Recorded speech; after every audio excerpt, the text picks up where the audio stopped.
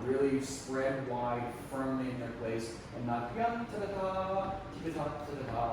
That's a little bit too. Ta da da ta da ta da. Yep. Ta ta ta ta ta ta ta. Good. Good from the da da da da da da yum.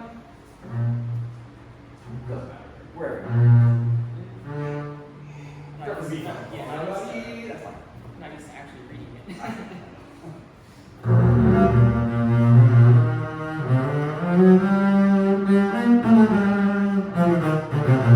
So much better. Yeah, I love that. That's nice and square and open, nice and articulate and broad. That was great. It doesn't compress the time at all. Stayed directly in tempo. Fantastic. Really good. Okay, let's get on to Schubert. Nicely done. Good, good, good, good, good.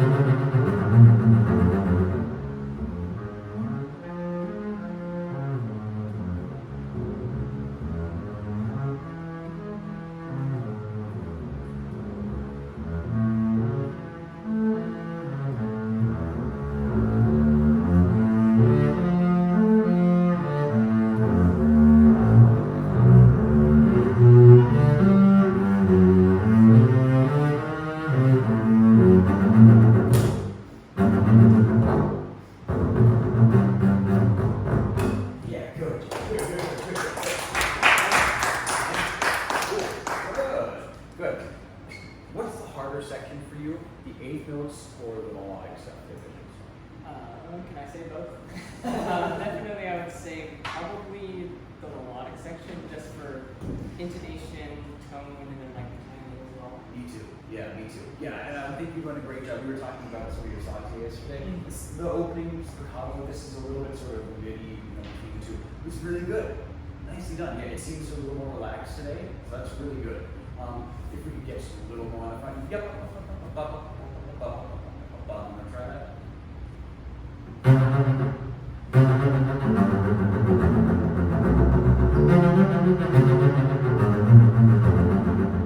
And then here's the transition from going from fifth gear to first gear all of a sudden.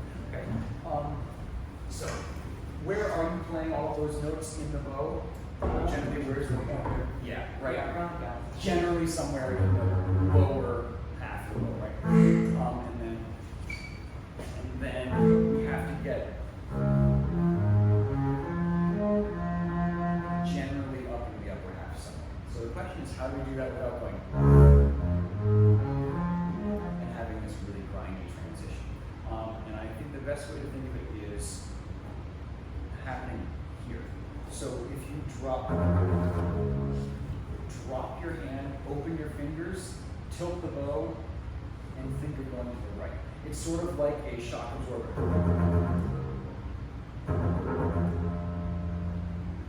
It takes the bounce out of the stick. You can't bounce any there. We'll get plenty if we get too far. But here, we're going to get that. We try to drop. That's a little more nice, and then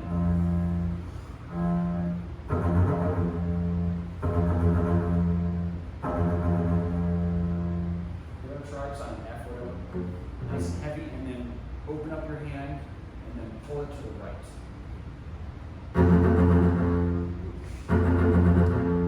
There it is. Yeah, all of a sudden it's a nicer transition than trying to just move the bow slower and with less weight is going to be really hard. So we want to get ourselves out to the right part of the bow automatically. Here's another lovely little trick I've heard. Never forget the first time I heard this was in an audition. We were holding and we asked this, and we kept hearing a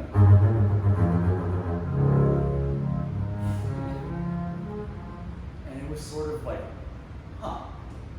The nice thing about it is you don't have to play the D flat. I mean, if you hit that nice, you've got a pedal tone to tune against it.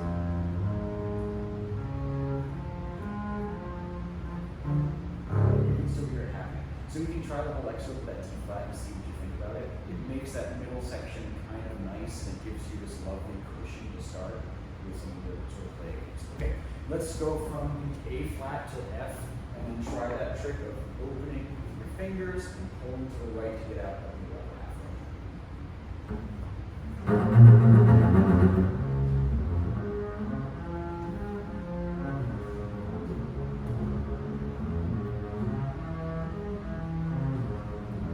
Good, good. So here's the hard part where hand independence comes in.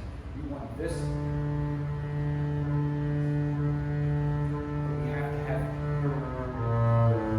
Can you play this without your thumb on the back of the neck? And here's why I ask. Because part of it.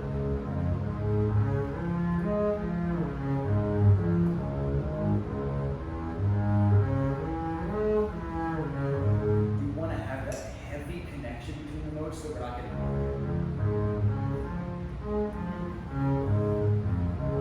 Right? That's what we're trying to avoid. So it helps to have weight from the back into the hand, no thumb pushing forward to sort of pull the weight out. Yeah, you can try it. This might be a weird experiment. Just see what happens.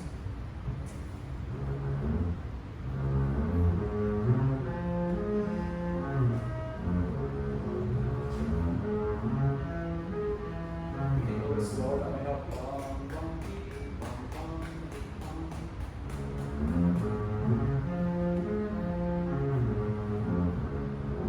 Good.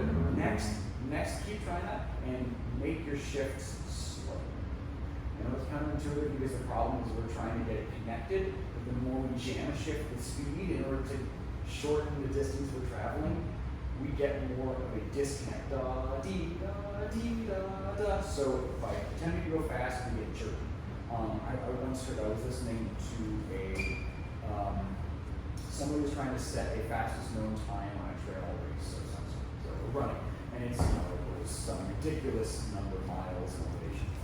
And they were talking about their pace and how they want to keep a certain pace. And in talking about it, they used the best explanation I've ever heard. They said, I want to be going slow. Slow is my goal. Because only by going slow can you go fast. And so when you go slow, you're smooth. And when you're smooth, you're fast. Right? If you go too fast, you end up being jerky, and that slows everything down. It taxes your muscles differently, and there's lots of problems that occur, and it slows the entire thing down. If you're shifting slow, you're shifting smooth. And when you're shifting smooth, everything feels faster. So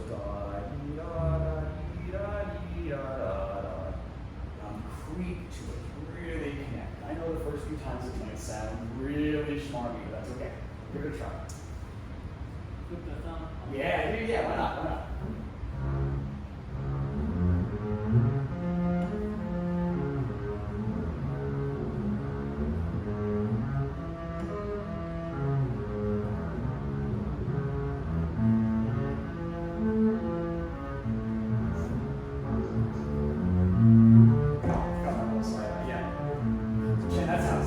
That sounds way more the right character. It's completely in time, so you're not losing any clarity of your tempo and your rhythm. It's great. All that happened is it's really connected now. Yeah, nice. And stay committed to a very quiet, tilted.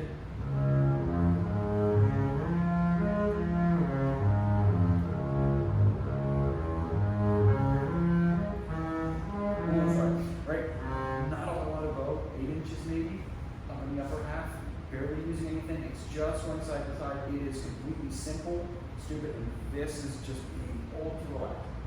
Everything about the body is down and in and slow. One more time.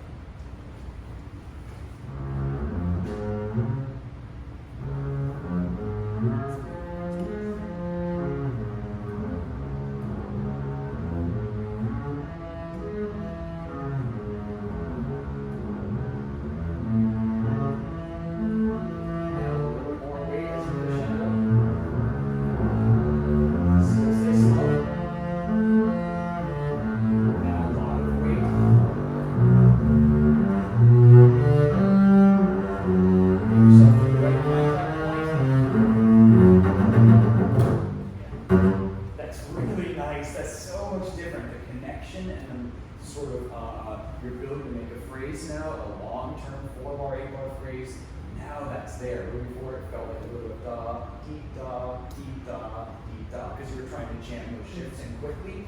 Smooth, slow is smooth, smooth is fast.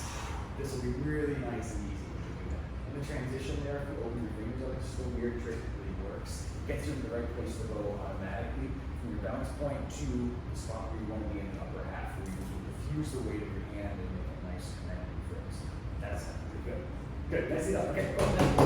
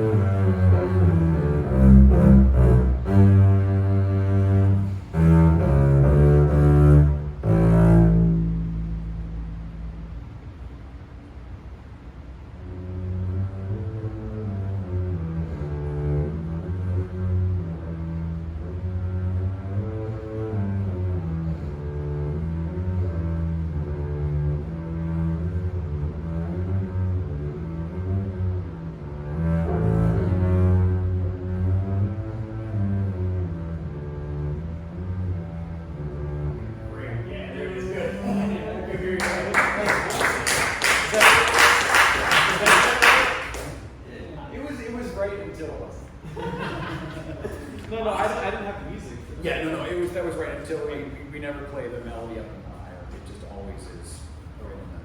Okay. Okay. Great questions. What? Of course you can. Yeah. I have a cloth for you. Sorry.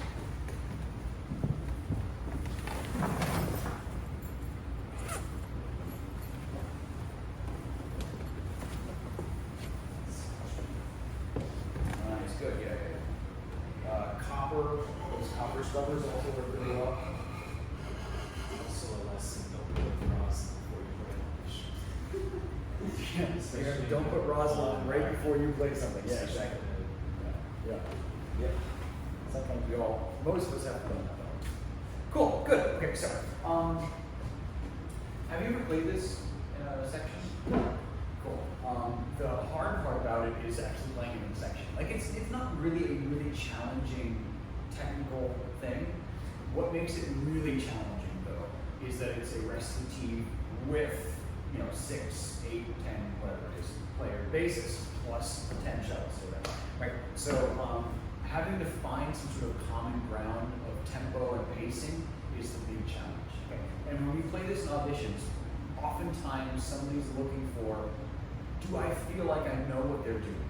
Do I feel like I can play with them and I can expect what's coming up next? So you're making phrases that have a consequence to your tempos that are expected. And and there's nothing that's sort of surprising. Okay? You might think of that as feeling suppressing your artistic ability, but what that actually does is sort of makes it more interesting. There's this idea I love of expectation versus breaking expectation. Why Mozart is such a great composer. What comes next? Where's the main theme, right? It's something happens in 4 bars, there's a consequence in 4 bars. The same thing happens again, the same thing happens again. You're like, oh, I know what happens.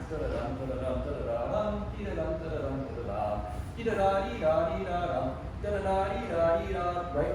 All to expect it. And then he goes, dum da da da dum. All of a sudden, he makes something unexpected. Just when you think you could sing along with it on the first hearing, he does something different to surprise you.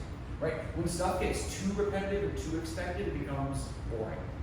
Right? If we're listening to pop music all the time, it just sounds the same. Like I can sing along with this chorus now that I've heard it once. It's really easy to understand and becomes boring. If it's too complex and too unexpected, it's noise, right? We can't follow along. We don't feel like we can connect with it because it's too unexpected. So we have to have that lovely combination of feeling like we're giving something that people can understand, but then giving them a little surprise every now and then. Okay? But it can't be too much, or else they'll go like, nah, that's I'm not understanding. Okay? So we have to come from a tempo, right? It starts.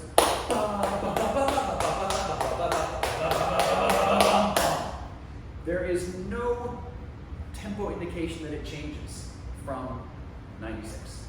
Bum bum bum bum bum bum bee ya da da ee da yum bum bum. Right? It does obviously change its recipe. The tempo doesn't have to stay strict, but it does have some relationship to what just came before it, which means it's got to be a little bit faster and in a tempo. It can't just be bum bum da da da da bum bum. Your opening chord note indicates the tempo of the 4 beats worth of E that follow. Okay. Make sense? Yeah. So whatever pickup tempo, whatever pickup quarter note you have, you can hold that tempo for 4 beats. Okay. Give it a shot. Alright.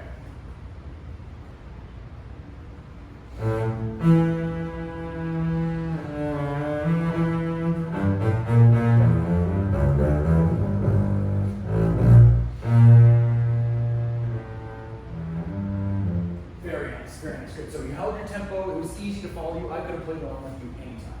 Super, like, that's a good sort of section sound.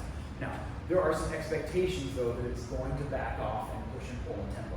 So where does this tempo sort of pull back and then move to? I say like it like kind of backs off the shear and then it moves to that G. Yes. Yeah. Dee da da dum, bum bum bum dee da dum bum bum dee da da dum. Yeah. Maybe hold that G slightly longer. Yes. Okay. So now let's sort of mix what we just did, which was in tempo, and this idea of you can once you've set the tempo, I've given you the parameters. Now I'm going to sort of mess around inside of those parameters just a little bit to make sure that we're making good music. And you understand the recipe. Okay. Give that a try.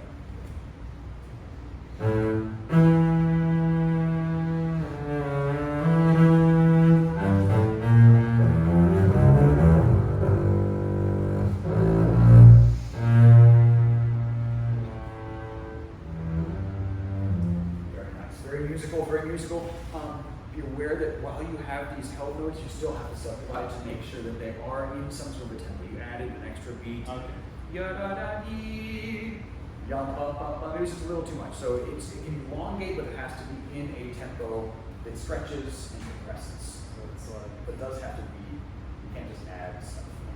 what's the word for it? Where it's like the same thing with it's like it's like the anti-conspiracy.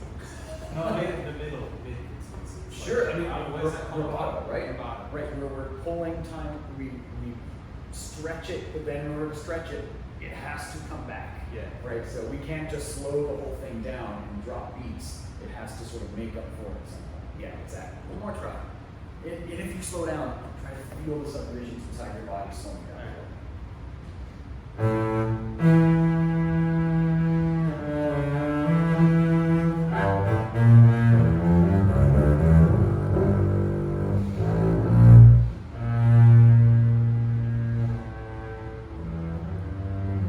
Really nice, really nice. Now you're getting it. Now that's it, exactly. So, this opening, which of the 2 opening pitches is the more important, A or E? Right now I'm hearing ba, ba. Okay, let's make it a pickup. It doesn't have to be with, so you want a pickup to be more like a dum, bum, where the weight is here. So what you just did was dum. Okay, it just walks into it. Dum, dum. Right out here, right out here. Good. Not too much to lift. You're hopping. Just step. Beautiful, beautiful. It's that simple. Yeah. We can make beautiful music in simplicity. It can be elegant and just normally stated. Okay. So I will take no credit for this. This was one of my section mates that first told me I was from Levinson, so maybe it came from Levinson. But this idea of the makeup of this sort of seems meandering, right? It just kind of comes and goes with these interjections of orchestral interlude in between the rest of the team. I love this explanation that I had heard. It helps me sort of wrap my head around what I'm doing for this whole process here. The opening, ba, ba, ba, ba, ba, ba, ba, ba, ba, ba. It's just this cacophony of noise, right? It seems like a swirling madness, and in many ways it's just kind of chaos, right? So if we envision sort of what happens, a lot of this whole thing is what's the meaning of life, right? Beethoven's big questions, this big like meaning of life statement. So the swirling nothingness of existence, nothing, chaos. And then a single voice comes in and asks a question. Bum, bum, ya da da da dee, yum bum bum dee da da da. Sort of a singular question. What is the meaning of life? It's simply stated, it's elegant but profound, right? What do we get in this area first? What comes next? When we're not playing. That same chaos we're talking about? Yes, the chaos returns. Yeah, Exactly, yeah. right? So the chaos returns, dun dun dun dun dun dun dun dun dun dun. But what happened? We interrupted this time. And the question goes, no. Quiet. No more. We're asking bum bum, bum bum bum bee da yum bum ba da, and then it relaxes back into that profound question again. But it is still agitated right here, like no, interrupts. It's in a tempo. It's in a tempo here. Okay, interrupts, and then what do we get next? The third thing. I believe it's the first movement, isn't it? It's yes, it is the first one. Yes. Okay, so I meant this. the answer kind of goes, is this the beginning of things here? And it goes, no, that's not it. Then it is.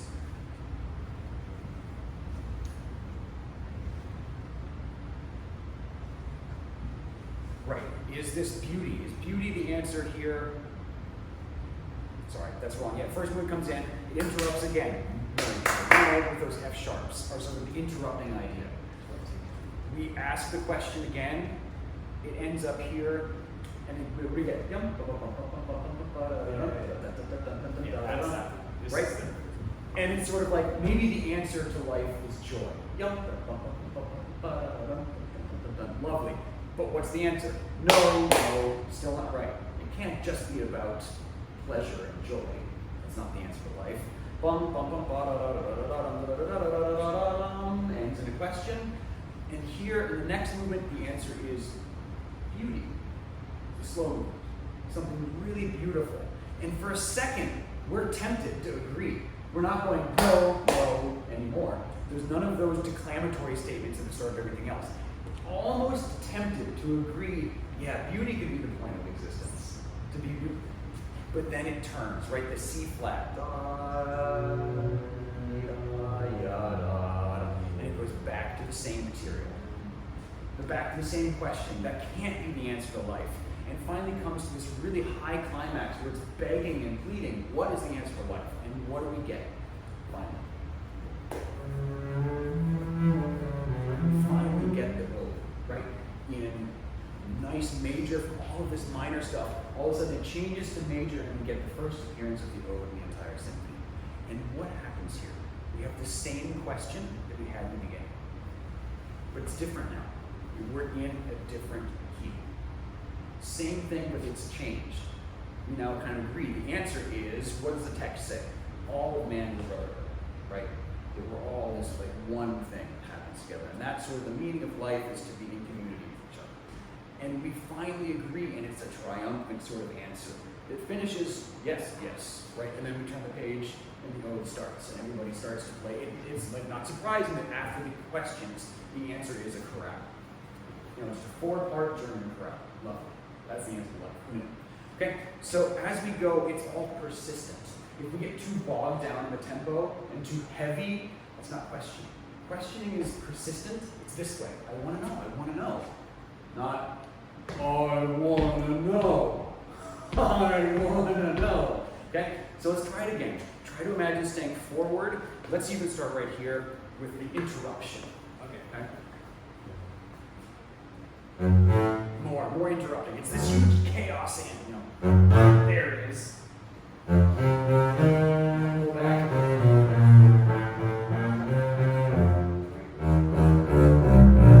Good. And most of the time I usually hear bum, bum, bum, beat, right? The stress is on the dissonance, the release is on the resolution.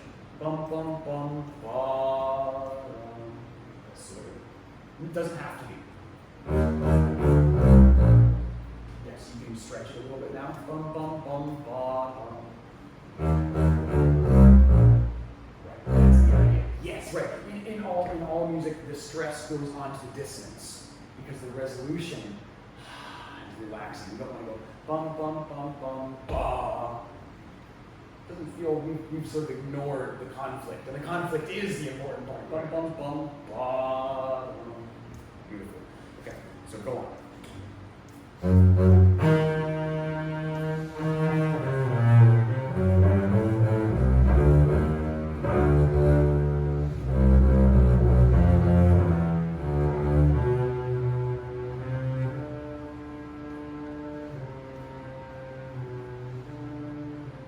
Very nice, very nice. So it gets a little bogged down right here. That up bow D by itself sticks way out. So can we get dee da dum ba dee da?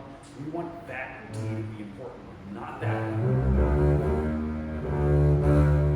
Doesn't have to be accented. Don't accent that one, just make that one less important.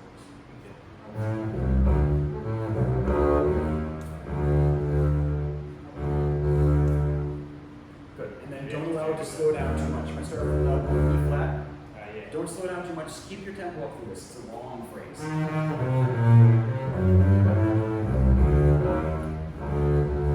Keep going.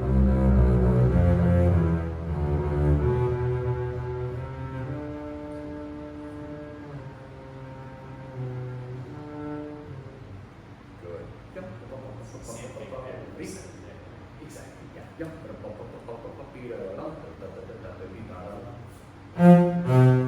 Good. So these two are like timpani blows of fate, right? Bum, bum, identical vertical columns of sound. Bum, bum. Good. Good. Can you give me right now? I'm getting a little bit of pull in the middle. Bum, bum. Can you give me more weight on the front that just bum, bum, bum. Good. Can you write down? See how it works? Yeah. Sometimes with this, the simpler the better. It doesn't have to be overly done. Like we said, the simple, just elegance of simpleness. It's beautiful. One more time. Bum, bum. Good. Keep going.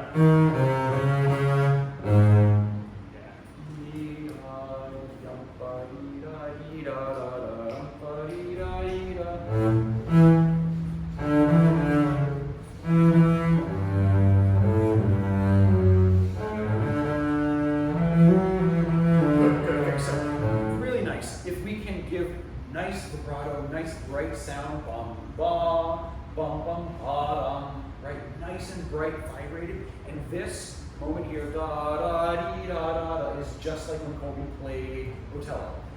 It's that soaring moment, the highlight of the whole thing, da dee da da dee da da da dee da, and then it falls away to the end. Okay, but it pulls the top of the roller coaster and then releases. But that's got to be done vibrated as well to soar up high. I have So, a question. When you after that part, that climax part, when you get down there, you continue to keep that intensity a little bit. yeah. Da da da dee da dee da da. You don't like drop.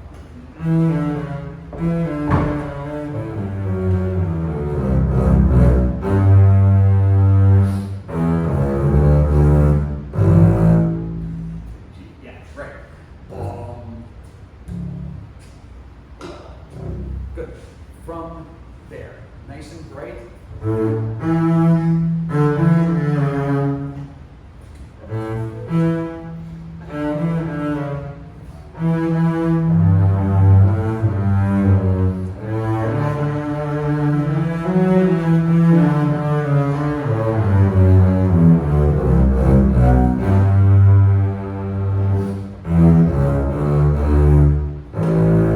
Yeah, good, very good, very good. And this is so long that it's got to be 1, 2, 3.5 beats at least, right? Because there is a slow, there's a retard there as well, so it's 3.5 plus at forte. Yum bum bum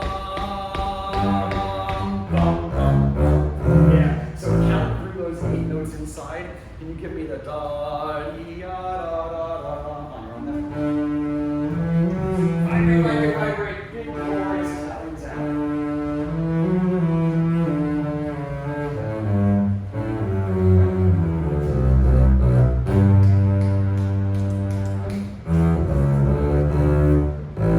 Yeah, very good, very good. So whatever those 8th notes are, yum, bum, bum, that's your tempo.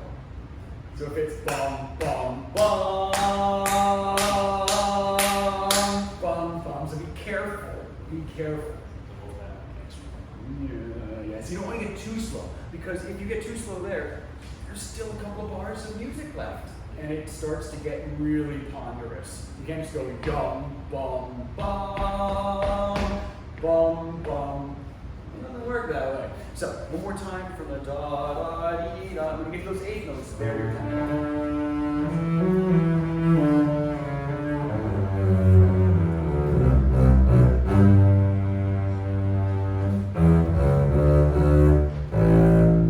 Yeah, and those the last 2 notes are just like those 2, right?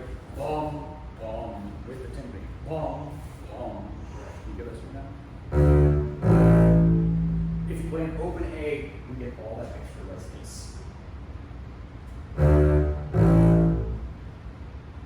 Right, no reason to play an open A. You can close all of it. And if you do, you just manage the over resonance with the damp. Or damp. But you can make it beautiful.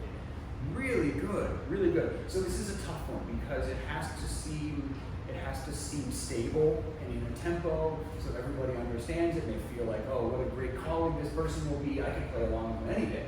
Right? They understand how this goes. But then you have to be able to surprise them every now and then with something that's sort of yours and interesting.